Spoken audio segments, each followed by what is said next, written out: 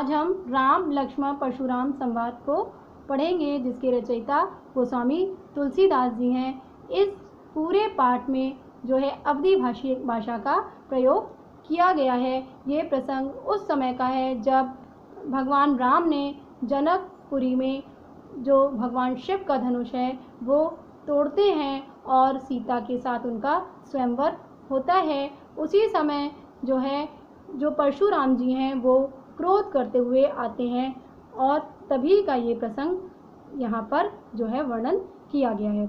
नाथ शंभुधनु भंज निहारा होई है कोइत दास तुम्हारा। परशुराम जी को क्रोधित देख करके जो भगवान राम हैं वो विनम्रता पूर्वक शील स्वभाव में उनसे कहते हैं कि हे नाथ, जिसने भी इस शिव के धनुष को तोड़ा है वह आपका ही कोई दास होगा।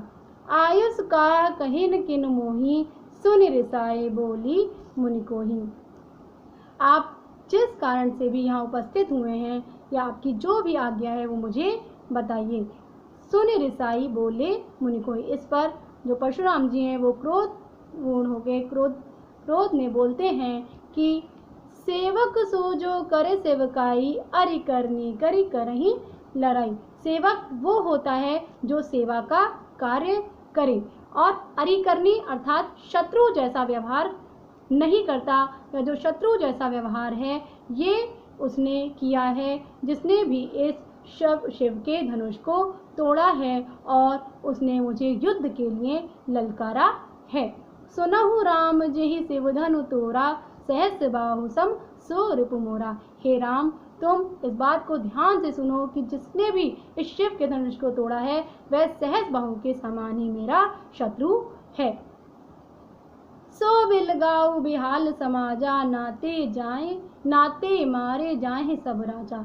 फिर वो कहते हैं कि इस सभा में जितने भी राजागण उपस्थित हैं उसमें से जिसने भी इस शिव के धनुष को तोड़ा है वो इस समाज में से निकलकर मेरे सामने आ जाए, नहीं तो सभा में जितने भी राजा उपस्थित हैं उन सबको मैं मार डालूंगा या उनका वध मेरे हाथों हो जाएगा।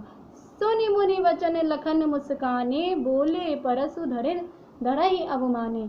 इस बात पर जो उनकी सुनकर परशुराम जी की लक्ष्मण जी हैं वो मन ही मन मुस्कुराते हैं और उनसे परशुराम जी से क्रोध में बोलते हैं, उन पर व्यंग करते हैं। बहु धन ही तोरी लड़काई। हमने बचपन में बहुत सारे धनुषों को तोड़ा है। लड़काई मतलब कि बचपन में।